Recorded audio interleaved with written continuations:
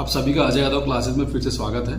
तो जैसा कि आप सभी जान रहे हैं कि हम लोग जो है अपनी नई सीरीज यानी कि सीडीपी में हम लोग ये क्रैश कोर्स चालू किए हैं और यहाँ पर हम लोगों ने आज जो पहला टॉपिक है वो हमने लिया है बाल विकास का अर्थ एवं अवधारणा कि एक्चुअल में चाइल्ड डेवलपमेंट की ओरिजिन कैसे हुई, कैसे इसका इतिहास रहा, कैसे जो चाइल्ड डेवलपमेंट है वो आगे बढ़ा और चाइल्ड डेवलपमेंट यानी कि बाल विकास के अंतर्गत हमें किन किन चीज़ों को पढ़ना है। तो सबसे पहले अगर मुझे जानना होगा कि सर एक्चुअल में ये जो विकास है यानी कि जो डेवलपमेंट है वो एक्चुअल में होता क्या है सर, तो यार यदि मैं आपसे पूछूं कि आप बताइए कि आप डेवलपमेंट किस चीज को बोलते हैं, तो आप कहेंगे सर डेवलपमेंट का मतलब ऐसा है सर कि यदि मैं किसी चीज को पहले से बेहतर कर रहा हूं, मतलब सर अगर मैं पहले इस स्तर पे था और फिर आगे चल के मैं अगले स्तर पर चला गया, फिर आगे चलकर मैंने और आगे स्तर पर चला गया, तब सर मेरा वो डेवलपमेंट कहलाएगा, मेरा वो विकास कहलाएगा।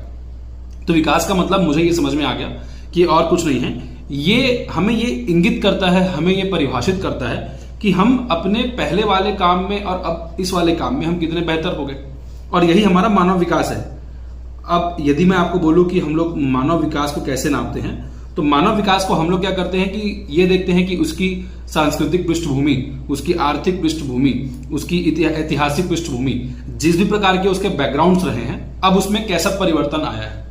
अब डेवलपमेंट हो सकता है ना कि यार वो तो या पॉजिटिव भी हो या नेगेटिव भी हो, लेकिन हम लोग डेवलपमेंट तभी बोलेंगे जब वो एक्चुअल में पॉजिटिव होगा, वरना उसको मैं विकास कैसे बोलूंगा यदि वो ऋणात्मक की ओर हो रहा है। डेवलपमेंट का मतलब ये है ना सर कि हमें क्या करना है, उस सीढ़ी में आगे बढ़ना है सर, हमें आगे जाना है। तो एक कॉन्सेप्ट तो ये आता है कि सर विकास का मतलब तभी होगा सर जब वो कुछ बेहतर की ओर जा रहा होगा। और यदि मैं आपसे बोलूं यार इन सभी चीजों के लिए कोई एक अच्छा शब्द आप बताएंगे मुझे, तो यार वो और कुछ नहीं है, वो मेरा परिपक्वता है, यानी कि मैच्योरिटी है। मैच्योरिटी वो शब्द है जहां पर से मुझे एक्चुअल में समझ में आता है कि हमारे अंदर डेवलपमेंट हुआ है। अब यहां पर हमें पढ़ना एक्चुअल में बाल विकास है, तो यहां पर मुझे समझ में आएगा कि 18 साल के अंतर्गत जितने भी बच्चे हैं उनके अंदर कौन कौन सी प्रकार की मैच्योरिटी आई, चाहे वो सामाजिक हो, चाहे वो मानसिक हो, चाहे वो हमारी मांसपेशियों में मैच्योरिटी हो, किसी भी चीज में मैच्योरिटी हो। मतलब मुझे पता चलेगा कि विकास के जितने भी अलग अलग आयाम हैं उन सभी आयाम में जैसी जैसी मैच्योरिटी आएगी उस मैच्योरिटी को ही मैं विकास बोलते जाऊंगा। और वहीं पर से मुझे ये समझ में आया कि सर ऐसा है ना कि जब विकास, अब थोड़ा सा ना ये बाल विकास में जाने से पहले एक चीज और बताता हूं कि ऐसा है ना कि स्टार्टिंग में ही ऐसा नहीं हुआ है कि लोगों ने डायरेक्ट चाइल्ड डेवलपमेंट की बात की होगी, यानी कि बाल विकास की बात की होगी। तो ऐसा है ना कि जब विकास की बात की जाती थी तो पुराने समय में ना विकास को केवल और केवल आर्थिक तौर पर देखते थे हम लोग कि एक्चुअल में उसका जो इकोनॉमिक उसमें वो कैसा अच्छा किया। मतलब एक पीढ़ी है, एक पीढ़ी के पास 1 बीघा जमीन थी या 1 एकड़ जमीन था, अगले पीढ़ी के पास क्या हुआ कि सर वो 2 बीघा जमीन हो गया या 2 एकड़ जमीन हो गया। तब हमें समझ में आया कि सर उसका जो एक पीढ़ी है वो इतना डेवलपमेंट कर लिया कि उसने 1 एकड़ जमीन को और खरीद लिया। पुराने वाले जो पीढ़ी है उनके पास मात्र साइकिल थी, आपके पास मोटरसाइकिल है, आगे वाले जनरेशन के पास मोटरसाइकिल कार होगी, आपके पास कार है, आने वाली जनरेशन के पास और महंगी कार होगी। तो ये एक प्रकार से आपका क्या है, डेवलपमेंट है। लेकिन आप कार खरीद पा रहे हैं क्योंकि आपके पास ठीक ठाक क्या है, आर्थिक स्थिति है। सेम वैसे स्टार्ट होता है विकास यानी कि मानव विकास डेवलपमेंट भी, जहां पर मुझे पता चला कि पहले लोगों के पास अच्छे कपड़े पहनने को नहीं थे, अब अच्छे कपड़े पहनने को है। पहले अच्छा खाना खाने को नहीं था, अब अच्छा खाना खाने को है। पहले अच्छे चीज खरीदने के लिए पैसे नहीं थे, अब अच्छे चीज को खरीद सकते हैं। इसका मतलब पहले संसाधन की कमी थी, क्यों? क्योंकि उनके पास पैसे की कमी थी। पैसा यदि शुरू से अच्छा रहेगा तो संसाधन शुरू से अच्छा रहेगा। समझ में आया कि सर ऐसा है ना कि डेवलपमेंट के बारे में आपको पता होगा कि हमारा जो सोसाइटी था अभी भी है, थोड़ा सा इन्फ्लुएंस है, वो पैट्रियार्की है।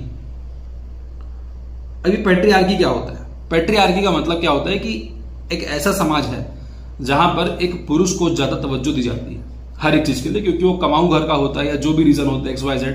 हम जानते हैं कि बहुत सारे फीमेल फोर्टिसाइड होते थे कि मतलब स्त्री मतलब बच्चा, क्योंकि लड़कियों में दहेज देना पड़ता था। ये सारी चीजें जो भी नेगेटिव सेंस बनती थी यहाँ पर, हमने पता चला कि सर समाज जो है ना वो एक प्रकार से पुरुष की ओर ज्यादा झुका हुआ था। तो जब विकास की बात होती थी ना तो वहां पर समझ में आया मानव विकास में केवल और केवल एक मेल की बात हो रही थी।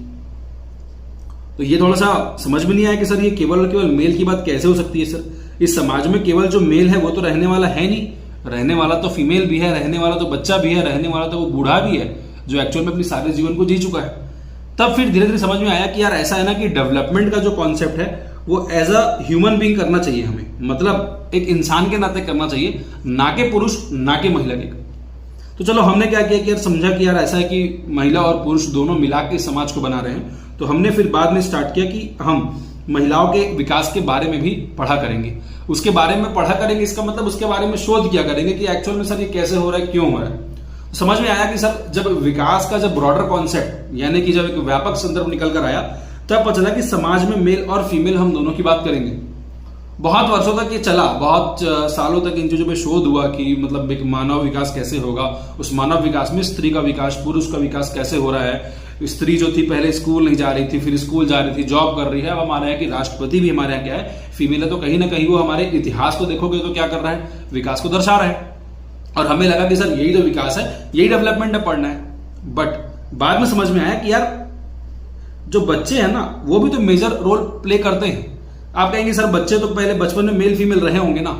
अब ऐसा है कि यार जो डेवलपमेंट की स्टडी की जाती थी ना, वो जनरली किशोरावस्था के बाद की जाती थी। यानी कि बच्चा जब 20-21 साल का है, जब एक्चुअल में हम उस बच्चे को क्या मानते हैं, परिपक्व मानते हैं कि वो समाज में ठीक से अब रह सकता है, समाज में अपना सामाजिक दृष्टिकोण दे सकता है, अपना आर्थिक सहयोग दे सकता है, तब हम उसके डेवलपमेंट की बात करते थे।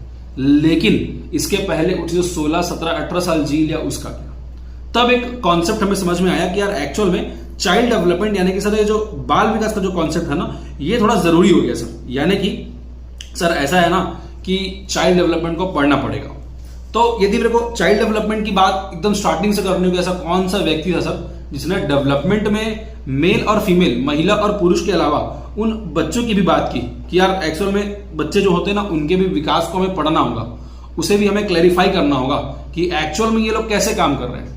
तब मुझे समझ में आया अच्छा सर तब ये हुआ कि अब हमें ये जानना पड़ेगा कि बच्चों का विकास कैसे हो रहा है। तब यहां पर मुझे एक व्यक्ति है, व्यक्ति का नाम है प्लेटो। आप सभी जान रहे, बहुत महान दार्शनिक है, ठीक है। तब इनकी क्या है कि एक बुक आई थी द रिपब्लिक। ये मतलब सीजीपीएससी, सीजीव्यापम, हर एक एग्जामिनेशन में, कई बार एसएससी के एग्जामिनेशन में पूछा हुआ है कि द रिपब्लिक किसकी बुक है या प्लेटो की कौन सी बुक है, ठीक है।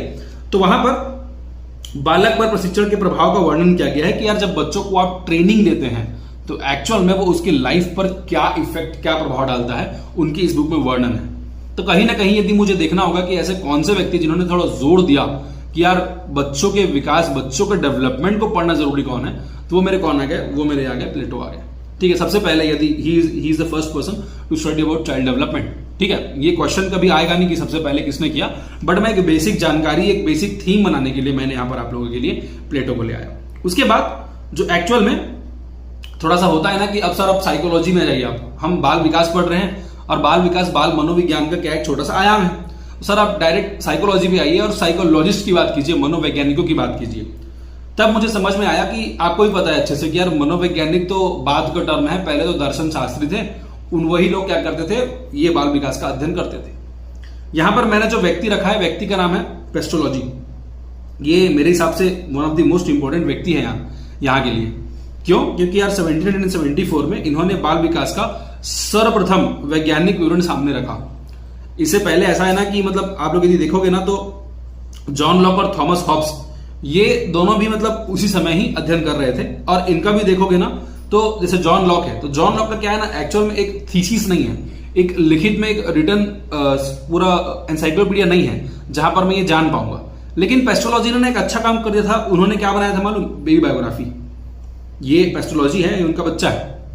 अब ये क्या हुआ कि पेस्टोलॉजी ने बना दिया बड़े बेबी बायोग्राफी। अब आपको पता है कि बायोग्राफी क्या होती है सर, बायोग्राफी का मतलब होता है किसी व्यक्ति की पूरी जीवनी, पूरा जो उसका लाइफ स्पैन है, उसके लाइफ स्पैन में क्या घटनाएं घटी, क्या अच्छी क्या बुरी, सभी चीज बायोग्राफी में होती है।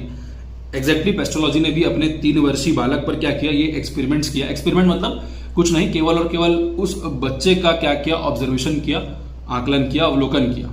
और वहां पर उन्होंने क्या किया कि बढ़िया शानदार बेबी बायोग्राफी बना दी, जहां पर उन्होंने पूरा ये समझाया कि यार एक्चुअल में मेरे बेटे का चाइल्ड डेवलपमेंट कैसे हुआ था।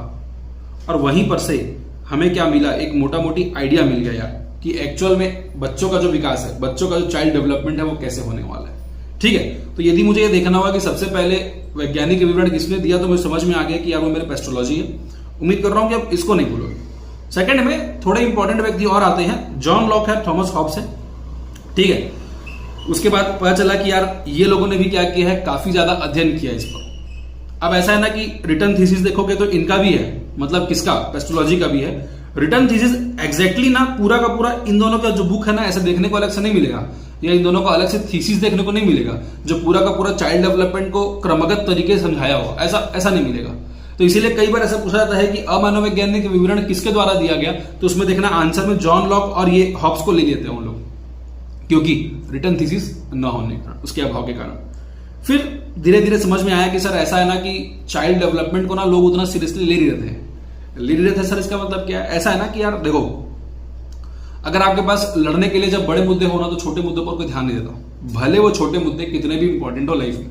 फॉर एन एग्जाम्पल, अभी आप लोग तैयारी कर रहे होंगे और इस तैयारी के दौरान में हो सकता है ना कि मतलब आप लोगों को समझ में आ रहा होगा कि यार आपका हेल्थ कंडीशन थोड़ा ठीक नहीं है, आप मोटे हो रहे हो, ओवेस हो रहे हो, आपके अंदर कुछ प्रॉब्लम चल रही है, बट स्टिल आप क्या करते हैं, आप करते हैं कि सर अभी एग्जामिनेशन हो जाए, एक आध एग्जाम निकल जाए, फिर उस पर भी ध्यान देंगे। आप जानते हैं हेल्थ हमारा लाइफ का सबसे इंपॉर्टेंट एस्पेक्ट है, बट आप क्या करते हैं, आप नौकरी को आप उसके ऊपर रख रहे हैं क्योंकि आप जान रहे हैं कि सर यही है जिससे जीवन चलना है।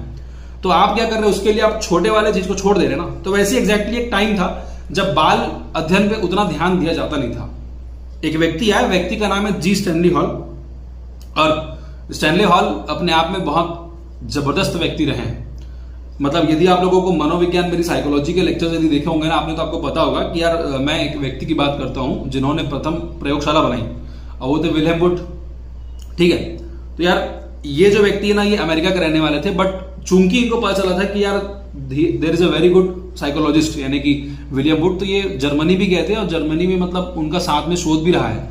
तो स्टैनली हॉल ने सबसे पहले 19वीं सेंचुरी में क्या किया था, इन्होंने बाल आंदोलन की शुरुआत की थी, जहां पर यह समझ में आया कि यार चाइल्ड डेवलपमेंट के लिए हमें जूझना है, चाइल्ड डेवलपमेंट की स्टडी के लिए, चाइल्ड डेवलपमेंट के लैब्स के लिए, चाइल्ड डेवलपमेंट के जितने भी प्रैक्टिकली पॉसिबल वेज हैं उसके लिए हमें क्या करना है कि बेहतर विकल्प खोजना है, और हमें ये जानना है कि बच्चों के विकास में क्या क्या प्रक्रियाएं होती हैं, बच्चों के विकास में क्या क्या अध्ययन किया जा सकते हैं, बच्चों के विकास में क्या बेहतर किया जा सकता है।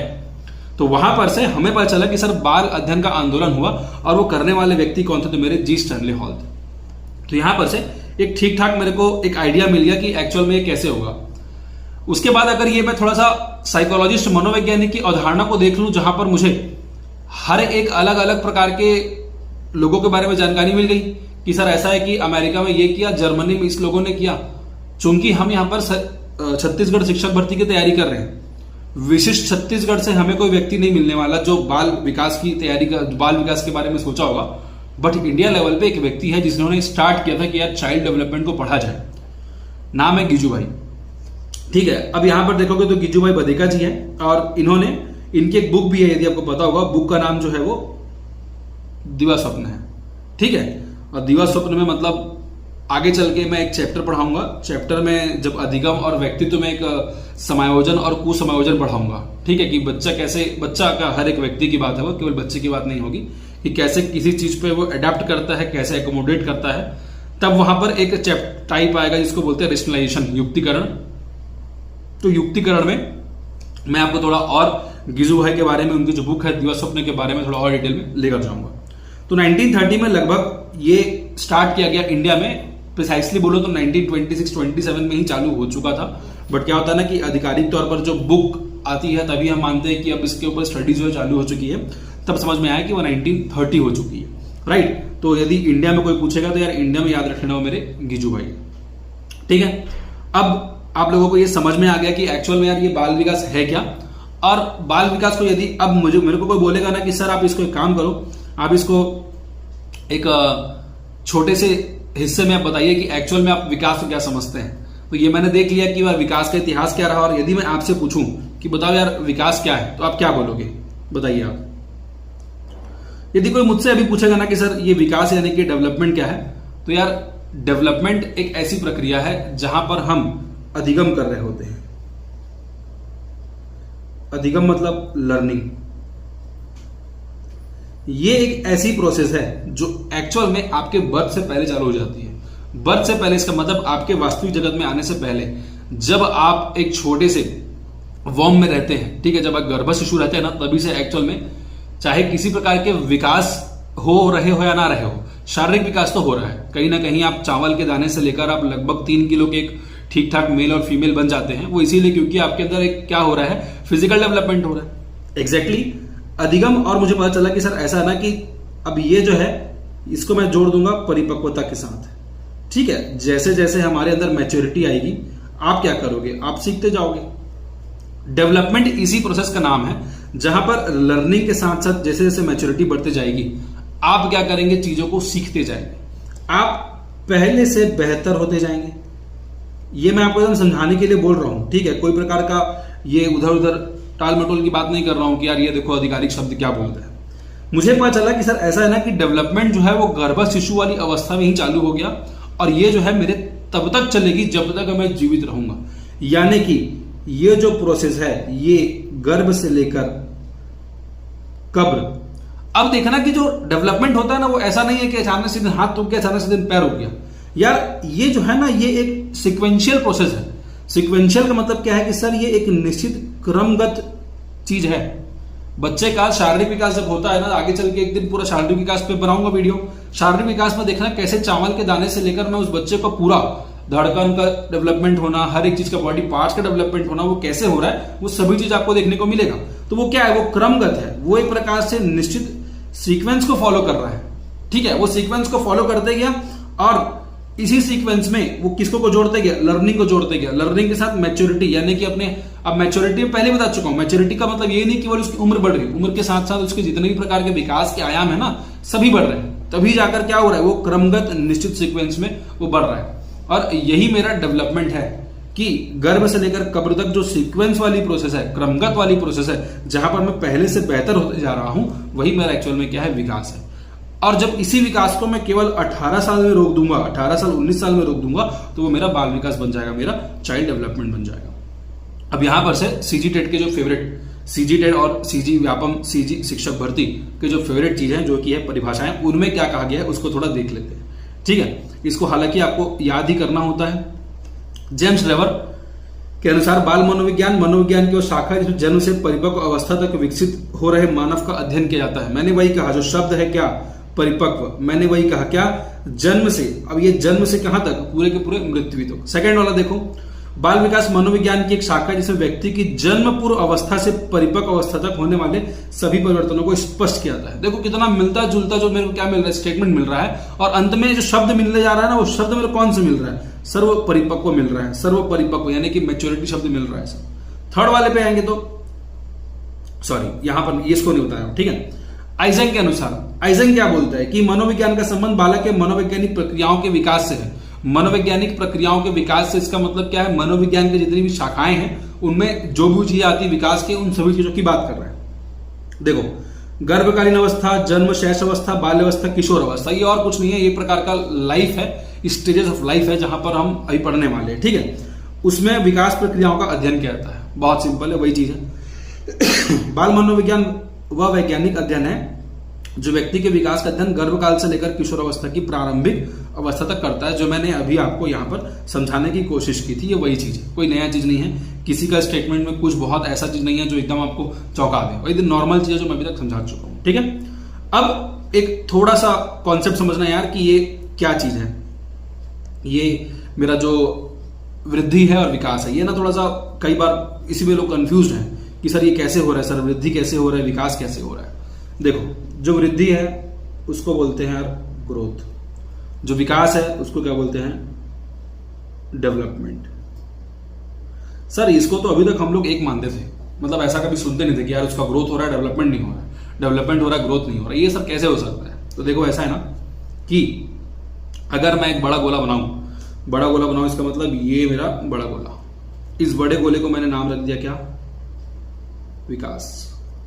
ठीक है, अब क्या है ना कि मुझे पता है सर विकास का जो आयाम है, विकास का जो दृष्टिकोण है वो बहुत बड़ा है सर, बहुत बड़ा है। इसका मतलब विकास को कैसे नापोगे सर, उस बच्चे का ठीक ठाक फिजिकल डेवलपमेंट यानी कि शारीरिक विकास होना चाहिए सर। उस बच्चे का ठीक ठाक कॉग्निटिव डेवलपमेंट यानी कि संज्ञानात्मक विकास होना चाहिए सर। उस बच्चे का ठीक ठाक इमोशनल डेवलपमेंट यानी कि संवेगात्मक विकास होना चाहिए सर। उस बच्चे का ठीक से लैंग्वेज का डेवलपमेंट यानी कि भाषा का विकास होना चाहिए सर। ठीक है, उस बच्चे का ठीक से क्रियात्मक विकास, ठीक है, उस बच्चे का ठीक से फंक्शनल डेवलपमेंट होना चाहिए सर। तो यहां पर मुझे पता चला कि यार विकास डेवलपमेंट को तो बहुत सारे आयाम हैं। इस संपूर्ण चीज का जब सही से परिपक्वता की ओर अधिगम लर्निंग के साथ हो रहा होगा ना, तब तो वो विकास हो रहा है। लेकिन इसी क्षेत्र में यदि केवल उस बच्चे का फिजिकल डेवलपमेंट हो रहा होगा, फिजिकल डेवलपमेंट हो रहा होगा, जब उस बच्चे की केवल और केवल क्या हो रही होगी, शारीरिक वृद्धि हो रही होगी ना, शारीरिक विकास हो रही होगी, शारीरिक विकास हो रही होगी, तब मैं उसे क्या बोलूंगा कि सर जब शारीरिक विकास हो रहा है तब मैं उसे क्या बोल रहा हूं, अभिवृद्धि बोल रहा हूं। या आप जिसे केवल वृद्धि बोल रहे हैं ना, वो हो सकता है।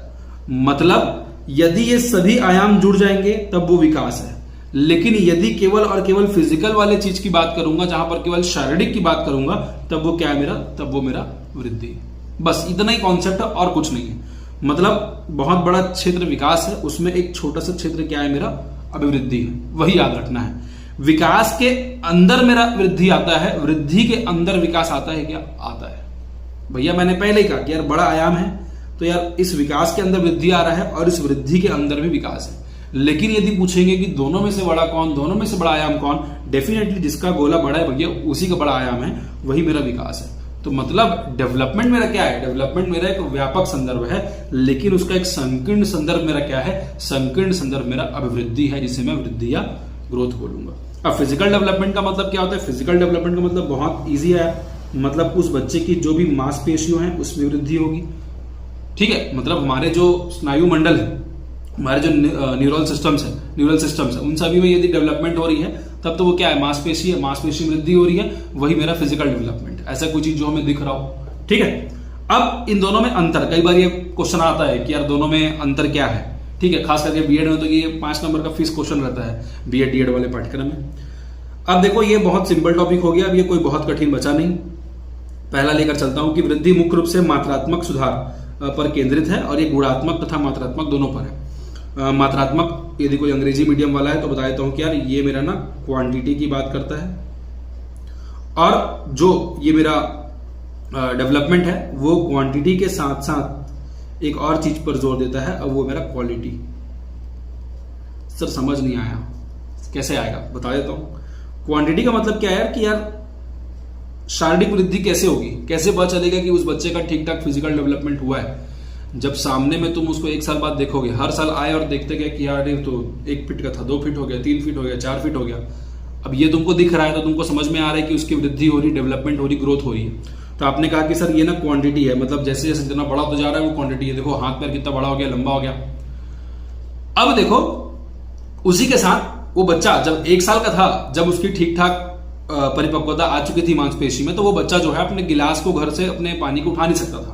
आपने उसी बच्चे को 1.5 साल में देखा, 1.5 साल में वो ठीक ठाक से क्या कर रहा है, पानी को उठा ले रहा है। 2 साल में ठीक ठाक से बॉल को अच्छे से पकड़ ले रहा है। 3 साल में ठीक ठाक से उसी बॉल को कैच कर ले रहा है। 4 साल में वो साइकिल चला ले रहा है। समझ में आया ना कि एक्चुअल में सारा वैसा है कि उसके अंदर की वो बच्चा जो 1 साल में बिना मम्मी के रह नहीं पा रहा था, 4 साल में उसको केवल अपने दोस्तों के साथ रहना है गली में, उसको किसी से मतलब ही नहीं है, उसको घर नहीं जाना है, उसको मजा आ रहा है बाहर जाने में। तो ये क्या है, एक प्रकार से आपको समझ में आ रहा है ना कि सर उसके अंदर ना क्वालिटेटिव चेंज भी हो रहे हैं, गुणात्मक चेंज भी हो रहा है। पहले इस प्रकार के निश्चित गुण को वो शो नहीं कर रहा था, लेकिन अब शो करता है।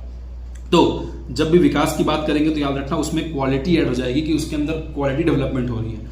क्वांटिटी डेवलपमेंट जब भी होगा केवल और केवल जो मात्रात्मक होगा, जो आपको दिख सकता है, वो वहां पर क्या हो जाएगा, मेरा अभिवृद्धि हो जाएगा।